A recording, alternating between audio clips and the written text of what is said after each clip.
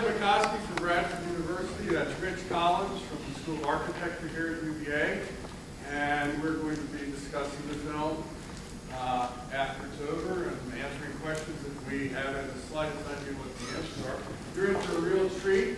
The theme of this film, or the festival, is aliens, and I think immigration certainly fits into that.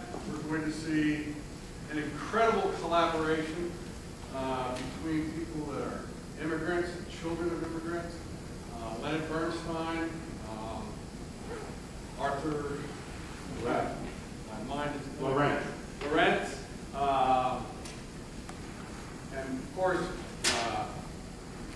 Julian Robert, and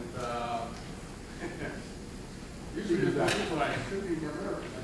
But anyway, it's a great film.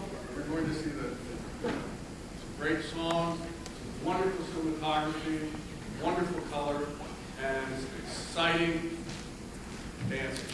Most dramatic dancing probably in motion pictures. Enjoy. And we have Snow White, too.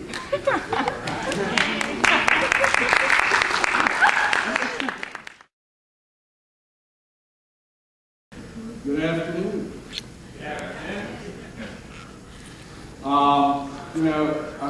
Rich and I were talking as we were getting ready to come out. Next time we do this, we're not going to go at the end of the movie. We're going to go at the beginning of the movie because it's just too emotional to disrupt it with this sort of ballyhoo at the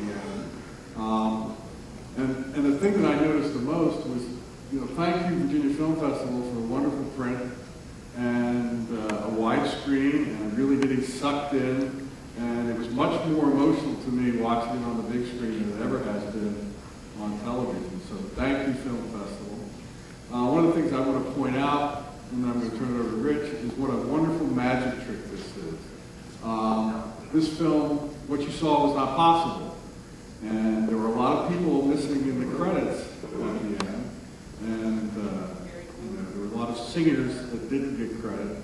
Fortunately, they cut some deals on the royalties later on. In fact, Leonard Bernstein gave, I think, 0.25% of his royalties for the record album to Marnie Nixon because she not only dubs for Natalie Wood, but she also did a bit for Rita. Is somebody talking? Oh, okay. And also, I really love the beginning of this film. When we go from the skyline, we're coming in over New York, and very realistic, and you can pick out different points, which are familiar with the city. And slowly it goes into the abstraction of the dance. Or actually, when we first see the dancers, they're making very realistic movements.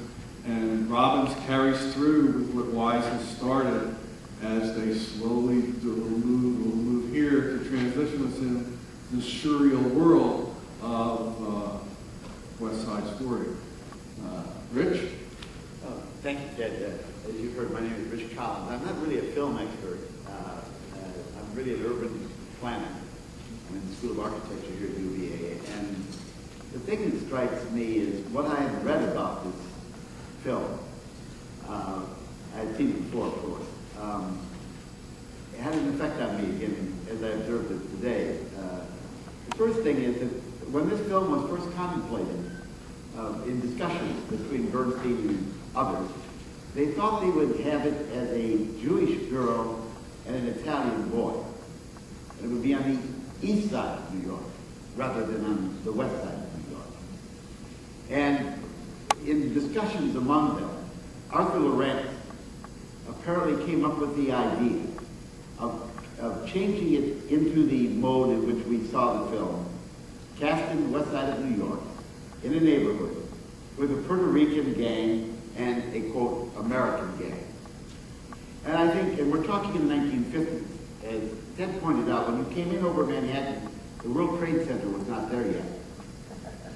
So that we're talking in the 1950s, and we're also talking not only about the World Trade Center there, not being there, but at that time, the Latino population in the United States was relatively small, and it was relatively confined to major American cities on the two coasts. I think they had no idea how prophetic, in a sense, the Latino American, what does it mean to be an American? How do you deal with the questions of American identity in a society that sees itself as an immigrant society and as part of its backbone. At the same time, you try to determine what it is at the core of being an American.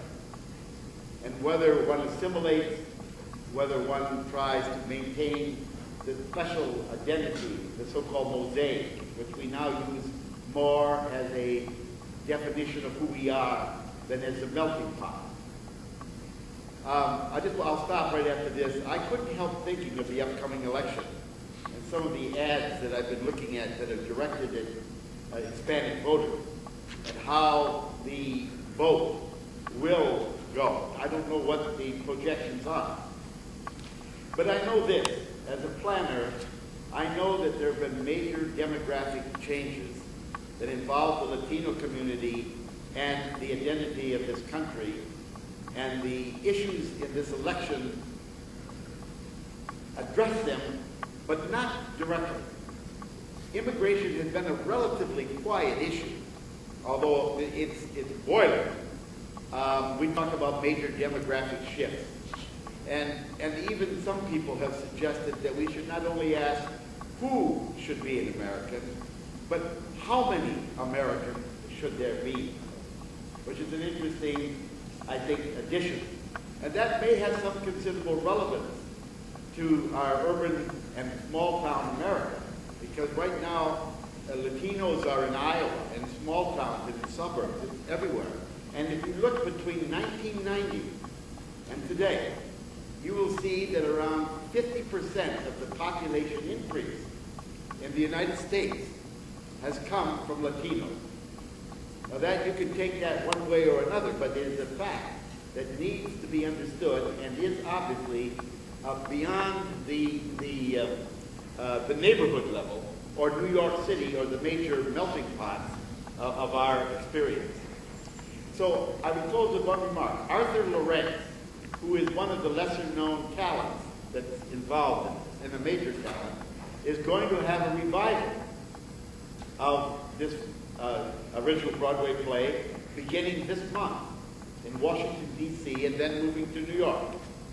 And Lorenz has promised that you will see a use of language, the Spanish language and the American English language, that will go far beyond the little dance we saw occasionally with the uses of Spanish. Apparently there's going to be a much more extensive use of the language.